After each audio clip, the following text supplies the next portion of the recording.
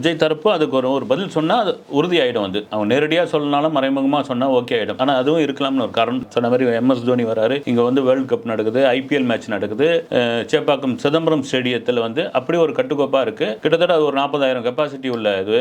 அங்கெல்லாம் எந்தவித இதுவும் நடக்கலையே அப்படின்போது வந்து IPL மேட்ச் ஒரு கிரிக்கெட் மேட்ச் அப்படின்றது வந்து சீசனுக்கு சீசன் நடந்துக்கிட்டே இருக்கிறது. இந்த விஜய் மாதிரியான படங்களுக்கான பெரிய ஸ்டார்களுக்கான படம் வந்து ஆடியோ லான்ச்சு எப்பொழுதும் நடக்கிறது வந்து அது இந்த ஆடியோ லான்ச்சின் மீது எதிர்பார்ப்பு அதிகமாக உண்டானதற்கு காரணம் வந்து முழுக்க முழுக்க விஜய் அடுத்து அரசியலுக்குள் வரப்போகிறார் உறுதியாயிடுச்சு. வந்து பனையூரில் நடந்த ஒவ்வொரு மீட்டிங்கும் வந்து ஒவ்வொரு அணியாக வந்து வழக்கறிஞர் அணியிலேருந்து IT விங்கு வரைக்கும் நடந்தாச்சு. இப்போ தளபதி 68 69 படம் முடிச்சுட்டு ஒரு 3 வருஷம் கேப் எடுத்துக்கலாம் அப்படின்ற ஒரு இந்த மாதிரியான விஷயங்களை இவர் வந்து இந்த லியோ ஆடியோ லான்ச்சில் ஒரு மாநாடு சம்மந்தப்பட்ட விஷயங்களை அவர் பேசுவார் அப்படின்ற ஒரு விஷயம்லாம் நம்ம சேனலில் நம்ம பேசியிருந்தோம். அதுதான் உண்மை. ஆக்சுவலாக இதுவும் ஒரு காரணமாக இருக்கலாம். வந்து